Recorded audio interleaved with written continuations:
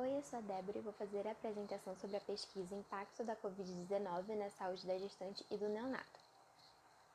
A escolha do tema se deu por conta do atual contexto que estamos vivendo, que teve início com a pandemia da Covid-19 desencadeada pelo SARS-CoV-2, que é um vírus que causa sintomas respiratórios, além de doenças graves como a síndrome respiratória aguda grave.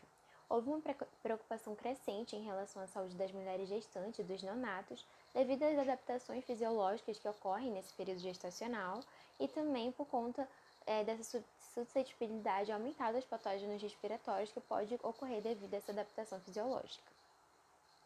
Assim, o objetivo do trabalho é apresentar os achados mais recentes da literatura científica acerca do impacto da Covid-19 na saúde da mulher gestante e do neonato e esclarecer as possíveis dúvidas quanto à presença de sintomas, gravidade da doença, transmissão vertical e risco do aleitamento materno. A pesquisa foi feita por meio de revisão bibliográfica mediante o levantamento de dados sobre a temática por meio das plataformas PubMed, BVS, Cielo e Google Acadêmico. Os resultados foram separados em tópicos, sendo o primeiro deles sobre a fisiopatologia. Sendo assim, a transmissão do vírus ocorre por meio de gotículas, aerossóis e secreções de pessoas infectadas. A partir disso, o vírus reconhece a enzima conversora de angiotensina presente em diversas células do corpo e reconhece como o seu receptor. Sendo assim, como está presente em várias células do corpo, essa AECA2 ela vai contribuir para a disseminação do vírus e também para a manifestação de diferentes sintomas. Em relação às adaptações fisiológicas que ocorrem no período gestacional, elas visam garantir a tolerância ao feto. Então, ocorre, por exemplo, com a mudança do padrão de resposta imune pró-inflamatório para uma resposta anti-inflamatória. Ocorre também mudança no formato do tórax e elevação do diafragma, e também há uma superregulação dos receptores ECA2 presentes na superfície das células.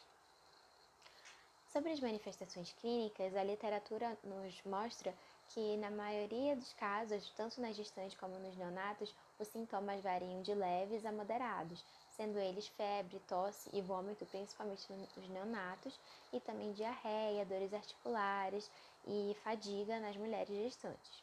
No entanto, algumas complicações importantes podem ocorrer, como a restrição do crescimento uterino, aborto espontâneo, parto prematuro e cesárea, principalmente devido a alterações placentárias, como trombos, inflamação e má perfusão da placenta, além do risco de pré-eclâmpsia.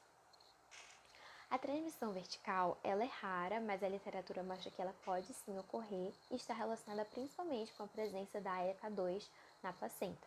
No entanto, a infecção placentária não significa necessariamente a transmissão vertical, mas mesmo assim essa infecção ela pode trazer danos ao feto por conta de uma má perfusão vascular fetal, devido à restrição, causando então uma restrição do crescimento fetal, pré-eclâmpsia ou natimorto.